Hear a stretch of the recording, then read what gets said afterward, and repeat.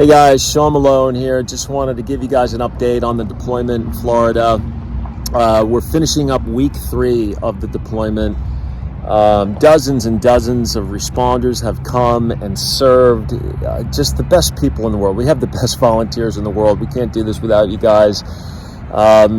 We continue to serve meals. 3 days ago, we were up to 7:30, 7:40, something around there.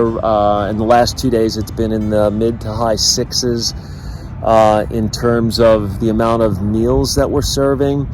It's just really unusual this far into the response that we've seen the meals increasing, not decreasing. They're starting to decrease now. We're seeing some more workers and whatnot come through the line. There's still people coming back to their property for the first time. So there's some different dynamics of why what's happening is happening the way it is. But more importantly, for the majority, everybody who comes through the food line is getting ministry. They're getting a word of encouragement. They're getting the gospel. There's just been something really remarkable about this deployment. The amount of salvations, the amount of baptisms, the amount of just cumulative ministry that's taken place.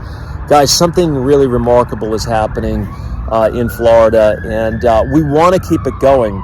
On Tuesday, we have to transition the deployment from our current location, the daycare owner. She needs to open back up, so our teams are continuing to serve meals today, but we're also helping this woman to be able to step back in the door and get up and running. We always try and leave a place better than what we found it, so our team is highly engaged in that, highly engaged in ministry, highly engaged in serving meals.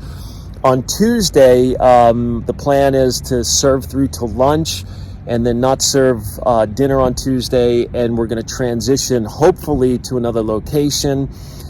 We don't know if we're going to continue meal service because some of the elements in play, particularly the guys smoking the meats and the proteins for us, they're wrapping up. So that dynamic changes. It's been costing us anywhere from $500 to $1,000 a day to run this deployment. And so taking on that as well in terms of the manpower and how many responders we have on the ground, we feel like we're going to phase out of the food. It's not what we want to do, but that's just kind of what we're seeing right now.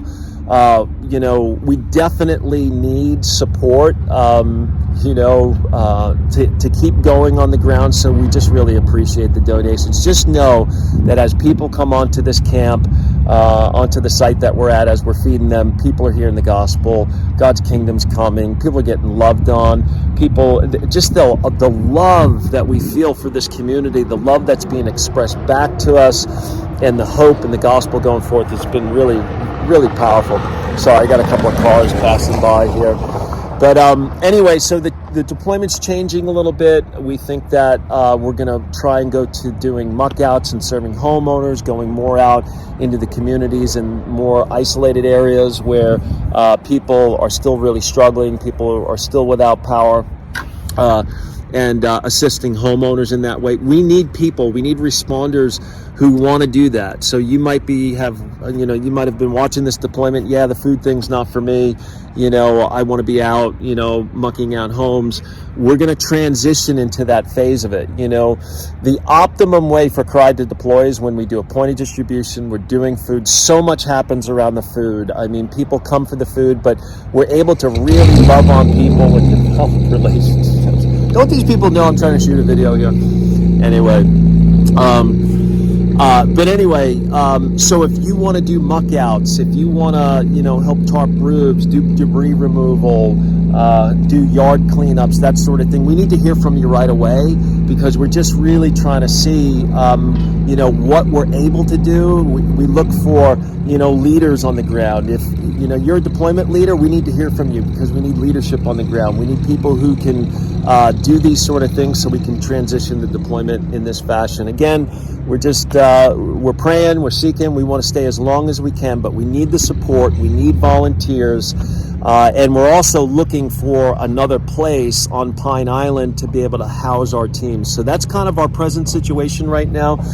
We've seen God's faithfulness time and time again. Obviously, the biggest thing was with Kate and, the accident that she had, and then really what we all consider her miracle recovery. She's out of the hospital. She's been back and forth to base camp several times. And so we're just so thankful for everybody, thankful for your prayers, thankful for your support, and thankful for really loud cars passing by as well. But it is what it is. But anyway, just trying to keep this video short. Just wanted to give you responders an update, and those of you who are praying for us.